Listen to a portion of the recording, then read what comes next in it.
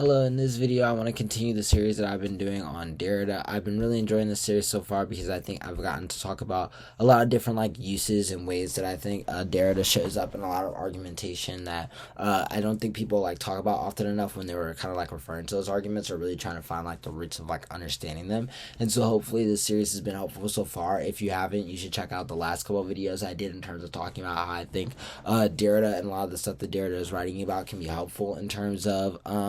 answering critical arguments and executing against critical arguments, because in this video I kind of want to flip the script and start talking about how critical teams can better respond to Derrida, especially when it's presented in the way that I was talking about before and the way that it shows up in places like the Academy K, and really setting and talking a little bit about what I think just some of the general priorities are against this argument, and then the way I think it kind of informs how you're really answering the argument across the flow. Also, make sure to check out the intro to Derrida video because it really sets the kind of framework for a lot of the stuff that I'm really assuming coming into this video. A lot of the stuff that I'm talking about here is contextual to the conversation that we've been having throughout this entire series, so just getting that base understanding I think can be really helpful for where I want to inform you here when I start just kind of setting some of these priorities. Now, I think that when you're trying to really understand what some of the priorities are when you're debating against Derrida, considering some of the stuff that we talked about in the last set of videos where we kind of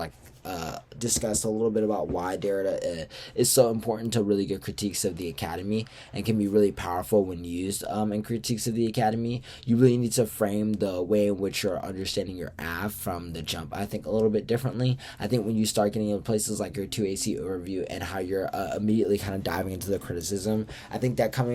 being able to answer Derrida from the point of understanding that the examples and the kind of ways of your method and the way that your method is even presented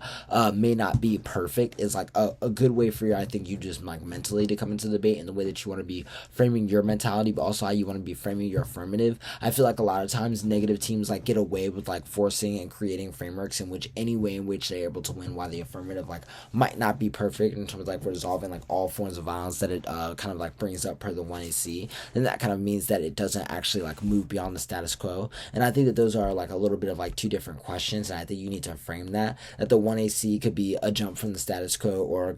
overcome a barrier that exists within the status quo, but that doesn't mean that overcomes every barrier that exists in the status quo, or that it destroys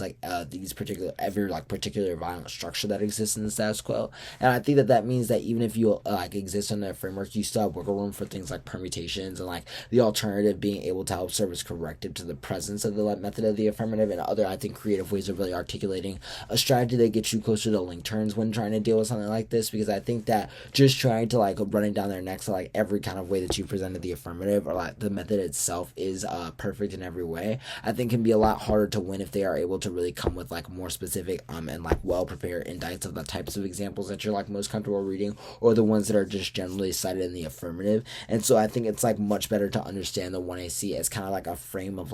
possible ways in which you could engage the world, and not one set particular tactic, because I think that could over limit you to being able to really answer some of the strengths of this. Additionally, when I'm thinking about maybe some other priorities against this argument, when considering the weight of some of the stuff that I've said in the last video, when considering some of the thesis adaptations I was saying teams should make about the Academy K, I think that your argument should be is that the idea that the way in which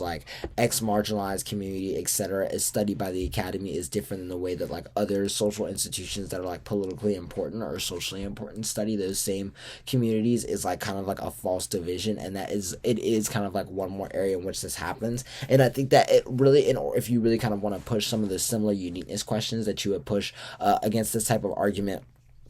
when you're just debating the Academy K broadly, I think it requires you to just broaden the ways in which you understand how institutions interact, study, and accumulate data on various communities, and the way in which they utilize those kind of knowledge production. And I think finding a way to make that more generalizable to the way in which institutions just operate broadly, especially with the way in which technology and things are developing, could definitely allow you with a really good explanation of why, even if Derrida is correct, the adaptation of the particular stuff that he's talking about within an understanding of the way in which technology technology, data collection, knowledge production, etc., has kind of like become more privatized and like more broad based, I think could be a really good way for you to kind of like pivot into like some really interesting thoughts on like maybe the uniqueness question for this debate, and overall could maybe help you like frame some of the other pieces of offense that you want to use throughout the rest of the flow. I think that when you're trying to figure out like this, how you should be framing the debate from the jump, I think that much like I've said in terms of some of the other stuff that I've talked about in terms of how you should be answering the Academy K, I think that framing it around a question of being able to win, that whether or not the 1AC like speaks in an action happen,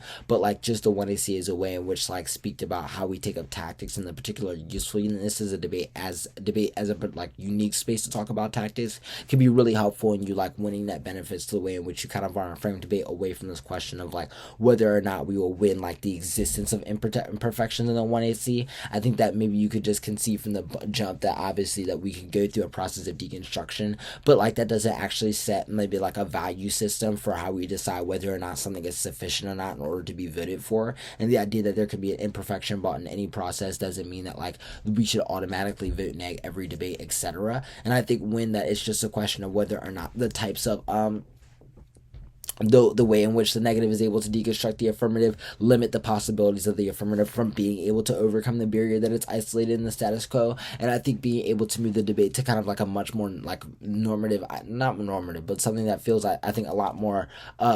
based in like I think the normative assumptions people make about like how they walk in and evaluate debates can allow you to make like some more funky moves in other places that even if it feels like you're working on within the framework of the other team, you're still I think within a comfortable space in terms of like how you're able to navigate what like warrants an affirmative or negative ballot within that framework, which I think can like put the other team in a little bit of a rougher position to kind of like make alterations to their framework later on in the debate, because I think then there are a lot of more like theoretical arguments that you could be making broadly. Additionally, I think that when you're talking about like the thesis portion of the debate and how you should be responding to it, much when I was talking about like the priorities of how this debate should go down, I really think it's a question of pushing that like even the idea about like the particular usage of the university as a place where like total knowledge is accumulated. I think like pushing that as a farce is something that has been like created and like detailed through like the various creations of like algorithms, tech companies, etc. could really make an interesting response to the way in which people have like kind of centralized the university as a thing. Not to say that the university is separate from those, but that because those things have become so broad based on like various types of institutions that people so frequently use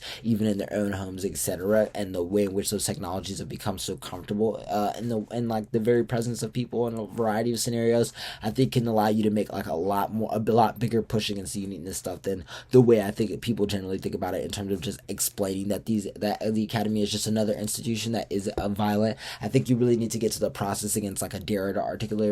articulation of this that is specifically about why the idea of the university is the only place where total knowledge can be accumulated, as something that like doesn't actually contextualize historical developments along like various types of like axes that I think are really important to considerations you can make about like the viability of these institutions broadly. Hopefully you enjoyed this video. You'll tune into the other videos I'll be doing on Derrida and the continuation of this particular series in terms of talking about how critical teams respond to Derrida. And yeah, thanks for watching.